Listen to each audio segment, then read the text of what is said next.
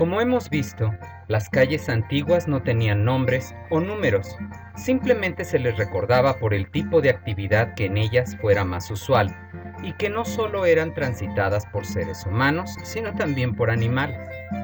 Tampoco contaban con ningún tipo de iluminación durante la noche, por lo que se obligaba a los noctívagos a moverse con sus propias lámparas. Entre los ricos las portaban sus esclavos acompañantes, los pobres tendrían que llevarlos ellos mismos. Tampoco hay trazos de alcantarillado antes de la época helenística. No obstante, sí contó el tiempo clásico con un drenaje.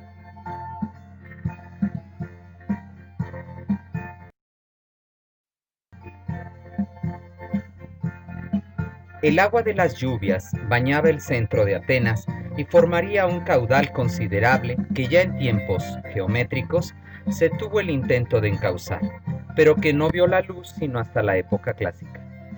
Se excavó un canal de 1.40 metros de ancho y de 1.50 a 3.50 metros de profundidad, dependiendo del terreno, alrededor de mediados del siglo V a.C., dadas las óstraca halladas en el sitio. Fue construido con un suelo de pesada piedra en bloques poligonales, si bien el empastado de sus paredes no era tan antiguo, sino elaborado en época de la prosperidad de la ciudad entre el 410 y el 397 a.C., por lo que antes se recurría a una limpieza constante para evitar el cieno y el posible desbordamiento. El conocido hoy como Gran Drenaje corría entre el Nix y el Areópago. Los tributarios de este drenaje no aparecerían sino en el citado siglo IV, canales anexos de 60 centímetros y de 1.50 metros de profundidad que provenían uno de la zona industrial y otro del sur del ágora. Toda el agua colectada terminaba descargándose en el río Erídano y continúa siendo hasta el día de hoy útil.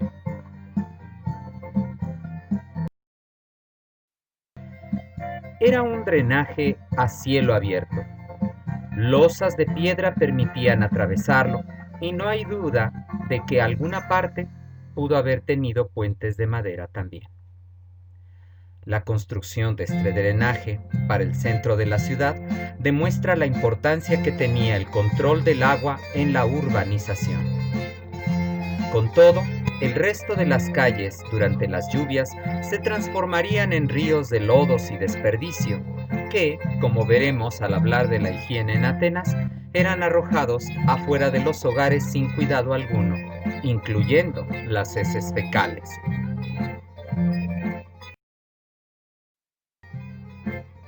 El agua de lluvia se colectaba también en cisternas con forma de botella y algunas se conectaban a los canales de drenaje.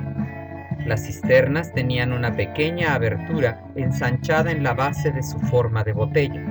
Sus medidas eran de 80 a 90 centímetros del cuello y de 2.50 a 4.50 metros en la base, y se hallaban recubiertas de material impermeable. La profundidad de estas cisternas variaba, pero se han descubierto de 3 a 7 metros, por lo que su confección requería de materiales y habilidades especiales. Las cisternas cumplían una doble función: colectar el exceso de agua en la temporada de lluvias y el almacenaje del vital líquido durante el caluroso verano. En relación con ello, sabemos que Solón promulgó una ley para incentivar a los ciudadanos a la construcción de pozos. Los pozos eran tanto privados en residencias como públicos para el uso común. La profundidad que alcanzaban los pozos variaba mucho. Se han descubierto desde 3 metros hasta 20 metros. Muchos pozos se han encontrado en el ágora, pues su terreno suave invitaba a su excavación, pero también era propicio para el colapso de sus paredes, por lo que se recurrió a revestirlas de baldosas.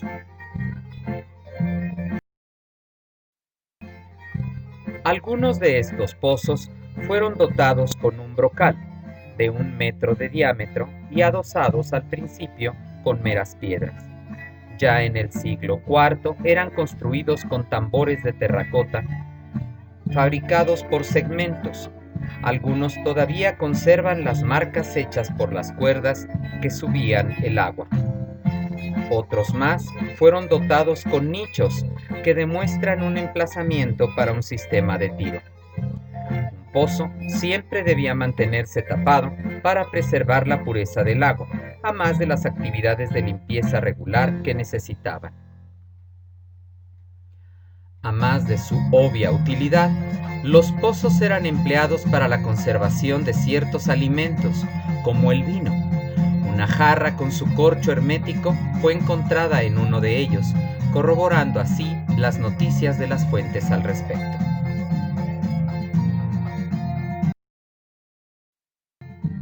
Traer agua limpia y clara para el consumo de la población fue otra de las necesidades que el Estado debía cumplir puntualmente. Los Pisistrátidas fueron los primeros en proveer de agua a la ciudad con la conformación de un acueducto que traía la cristalina agua del Licaveto por medio de tuberías de terracota. Antes de ello, solo se contaba con los pozos. En el siglo IV se hizo otro acueducto conocido como Arcananio y que traía agua por 220 metros de este a oeste del ágora. El objetivo de estos acueductos era llevar el agua a las fuentes públicas donde los ciudadanos, normalmente las mujeres, acudían para proveerse del vital líquido. Pero también se empleaba dicha tubería para aprovisionar de agua los edificios públicos, los altares, y bien pudo ser entubada para uso doméstico, aunque ello solo parece común en época helenístico imperial.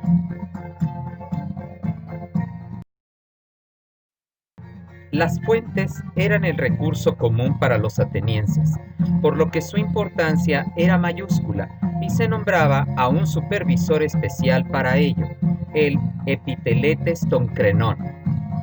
Las fuentes eran uno de los aspectos más importantes de la vida urbana. El agua era traída por canales abiertos en la roca y encauzada por las citadas tuberías empleando el sistema de línea por gravedad. Un brazo atravesaba la pendiente sur de la Acrópolis para alimentar a la Atenas del sureste. La más antigua, famosa y enigmática fuente es la de tiempos de los Pisistrátidas, conocida como Eneacrunos, 9 caños, la que de hecho canalizaba el agua de otra fuente aún más antigua conocida como Calírroe, Bella Corriente. Pero no se ha localizado con exactitud el sitio del emplazamiento de esta, ya que el usualmente señalado no parece ser un sitio particularmente húmedo.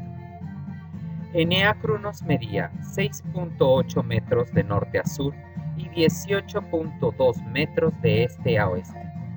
Poseía un lavatorio y una fachada de columnas en medio del lado norte del ágora, y era alimentada directamente del acueducto. Para el siglo IV fue reconstruida y emplazada su tubería por un conducto de piedra de 50 centímetros de ancho y 1.2 metros de alto insertado en el piso.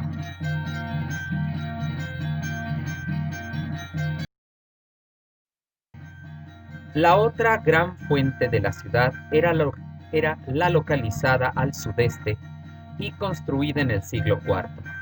Era una plaza con un porche de columnas en forma de L, con una extensión de 100 metros cuadrados y con una capacidad de 51.000 a 86.500 litros, por lo que fue un gran aporte para la distribución del agua. En cada extremo del edificio de 18 metros había un pilón de 6 por 3 metros.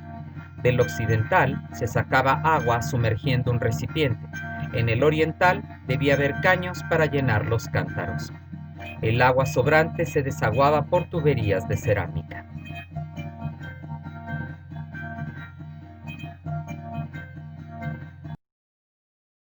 Atenas se vio colmada de fuentes monumentales, donde las mujeres venían a llenar sus cántaros. y si las bocas de las fuentes estaban lo suficientemente altas, hasta podían tomar una ducha, costumbre que también seguían los hombres. No obstante, si la fuente tenía un receptáculo, se prohibía bañarse para evitar la contaminación del preciado líquido. Los gimnasios debían poseer una fuente para las abluciones de los atletas y eran por ello establecidos cerca de los ríos y de bellos parques que los rodeaban. Por lo regular, estos centros de educación física tenían hermosos bosquecillos como los que rodeaban la academia o el liceo. La escasez de agua provocaba que no abundaran los árboles en la ciudad, como no fuera alrededor de las fuentes y los manantiales, pero se procuraba que los templos estuvieran también rodeados de ellos.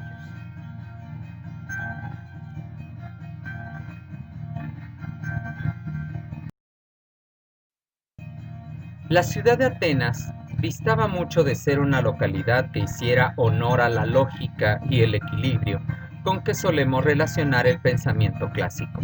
Se haría célebre la frase construir a la ateniense, cuyo significado era levantar viviendas unas junto a las ya existentes sin tener en cuenta ningún criterio planificador que pudiera conceder un respiro al entramado confuso y abigarrado de la antigua topografía.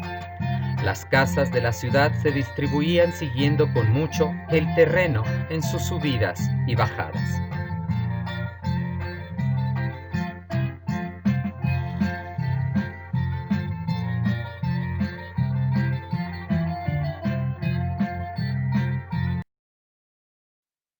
El hombre mediterráneo vivía más cómodo al aire libre, fuera de sus casas, y no volvía a ellas sino para dormir. Todos los antiguos, no solo los griegos, eran sumamente religiosos y se ocupaban más de ofrecer a sus dioses suntuosas moradas que el procurárselas a sí mismos. De ello se desprende que el lujo doméstico causara escándalo, por lo menos hasta que los gustos orientales se convirtieron en moda durante el periodo tardoclásico y helenístico posteriores. Iscómaco, el interlocutor de Sócrates en el encomio de Jenofonte, nos cuenta así de su casa. ¿Cómo?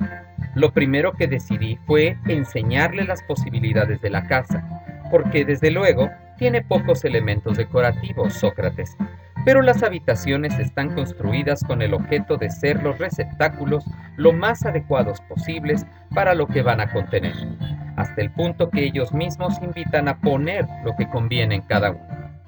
En efecto, el dormitorio, por lo seguro de su situación, acoge las colchas y enseres de más valor. Los cuartos secos de la casa, el trigo. Los frescos, el vino. Los luminosos, los trabajos y vajillas que necesitan luz. A continuación, fui enseñando los cuartos de estar para la familia, muy decorados, que son frescos en verano y cálidos en invierno. Y expliqué cómo toda la casa estaba orientada al mediodía, de manera que es evidente que está soleada en invierno y tiene buena sombra en verano. Mostré también el alojamiento de las mujeres, separado por una puerta con cerrojo del de los hombres, para evitar que se saque algo de dentro que no convenga, ni puedan procrear hijos los esclavos sin nuestro consentimiento.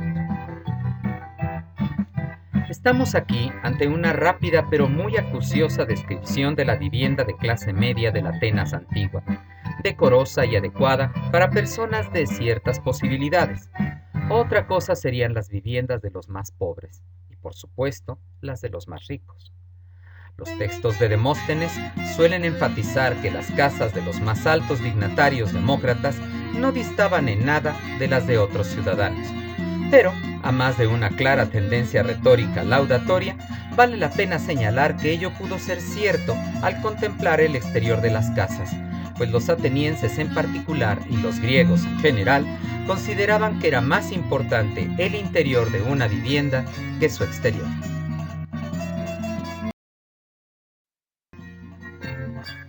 Las casas promedio de la antigua Atenas suelen tener dimensiones dispares.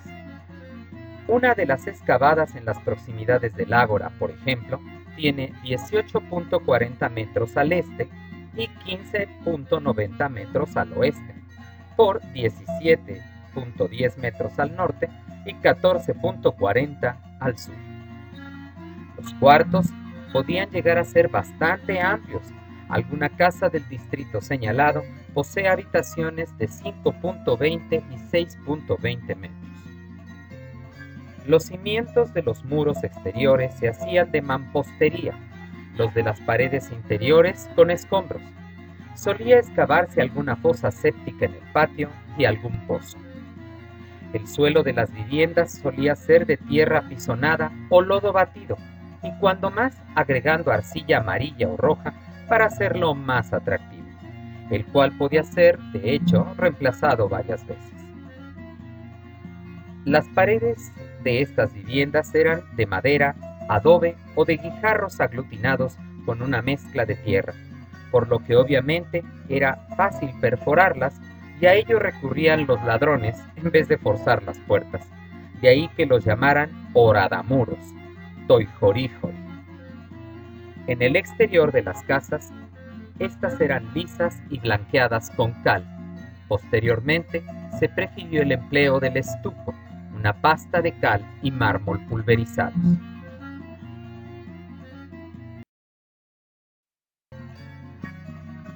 Los techos de las casas se hacían por lo regular en forma de terrazas, pero también había tejados a dos aguas, incluso de paja amasada con barro. Las ventanas eran pequeñas y escasas, comúnmente localizadas en el segundo piso. Si existía, puesto que no era muy común que hubiera dos plantas y nunca hubo más pisos en las Atenas clásicas. Las ventanas no tenían vidrios, cerrándose por medio de postigos de madera. El mencionado piso superior no era necesariamente uno verdadero, es decir, que correspondiera con la planta baja por completo. Generalmente se trataba de elevaciones parciales de algunas habitaciones, limitadas así a pocos cuartos que las exigencias del grupo familiar tuvieran, como habitaciones separadas para las mujeres o cuartos en renta para sufragar gastos. Los esclavos no siempre tenían una habitación para su descanso y se veían obligados a dormir en el patio en el verano y en el comedor en el invierno. Y nada de ello fue por crueldad, sino mera necesidad.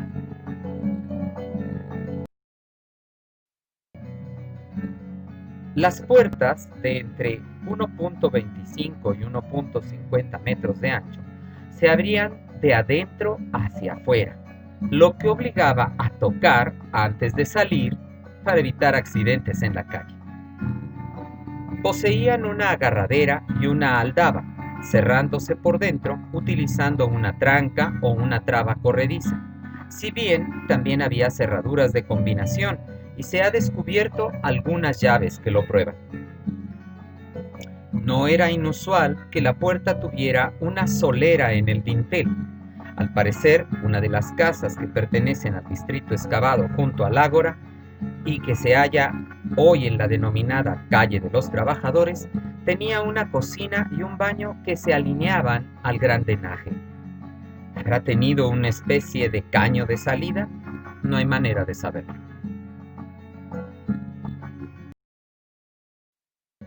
Gran parte de las casas de Atenas eran alquiladas por una o más familias y a precios que agravaban enormemente los presupuestos de los inquilinos, puesto que si en las localidades menores eran modestos, en la ciudad eran bastante elevados, puesto que si en las ciudades había residentes extranjeros, estos siempre iban en aumento con el éxito de la urbe. Cuando el alquiler de la casa no era pagado, el arrendatario solía retirar la puerta, quitar las tejas del techo o cerrar el pozo para conseguir el pago de la deuda. Platón nos recuerda que la renta de habitaciones era algo a lo que recurrían hasta los ricos, aunque lo hacían para alojar a sus visitantes cuando sus casas ya no podían albergar un miembro más.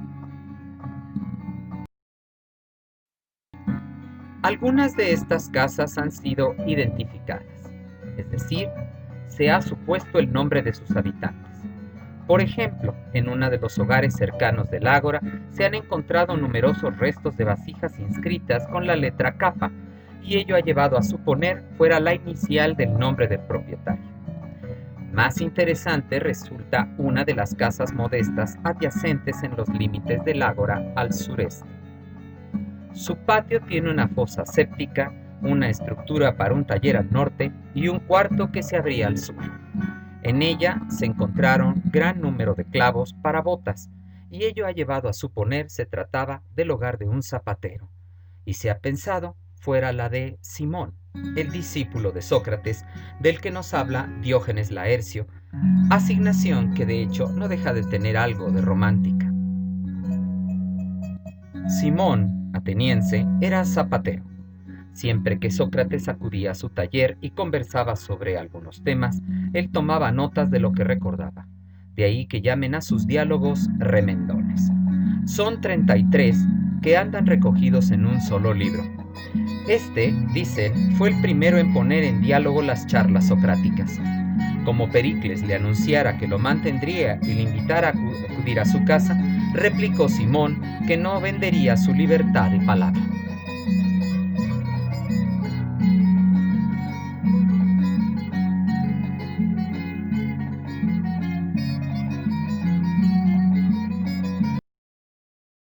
Los textos clásicos nos reportan un tipo particular de vivienda compartida, la sinoiquía, que se ha dado en considerar una especie de casa de apartamentos, cuyo valor podía alcanzar sumas muy altas, como ese que fue legado como dote a Arquipa por su marido Pasión, el célebre banquero, la cual tenía un valor de 100 minas. El texto más completo sobre estas viviendas comunitarias lo ofrece el orador Esquines, quien nos hace ver que las casas que la componían no necesariamente eran empleadas como viviendas. Ni los alojamientos ni las viviendas proporcionan las denominaciones a los que viven dentro, sino que los que viven dentro suministran a los lugares las denominaciones de las actividades particulares. Donde muchos, pagando un alquiler, ocupan una misma vivienda tras repartirla, lo llamamos casa de vecindad, sinoiquía. Y donde uno solo vive dentro, casa particular, oiquía. Y si a uno de estos talleres que hay en las calles viene a instalarse efectivamente un médico, se le llama clínica. Pero si la desaloja y ese mismo taller viene a instalarse un herrero, se le llama herrería. Y si un batanero, batán, y si un carpintero, carpintería, y si un burdelero y unas prostitutas, por la propia actividad se le llama prostíbulo. En consecuencia, tú muchos lugares los has hecho prostíbulos, dada tu buena mano en el asunto. Aunque el texto es algo confuso, pues podríamos suponer que los talleres de los que habla fueran establecimientos diferentes de la casa de vecindad, en el mundo antiguo regularmente los talleres se hallaban unidos a una casa a manera de accesorias, y no como locales aparte. De aquí que creo que el orador sigue señalando esa casa compartida y de allí su insistencia en contraponerla a la privada, pues al ser pública cualquier vecino puede hacer lo que quiera en su apartamento, como sigue siendo hasta el día de hoy, lamentablemente. No debemos imaginar estas viviendas colectivas a la manera de edificios, más bien debieron ser vecindades de planta baja o, como vimos, con algún piso superior.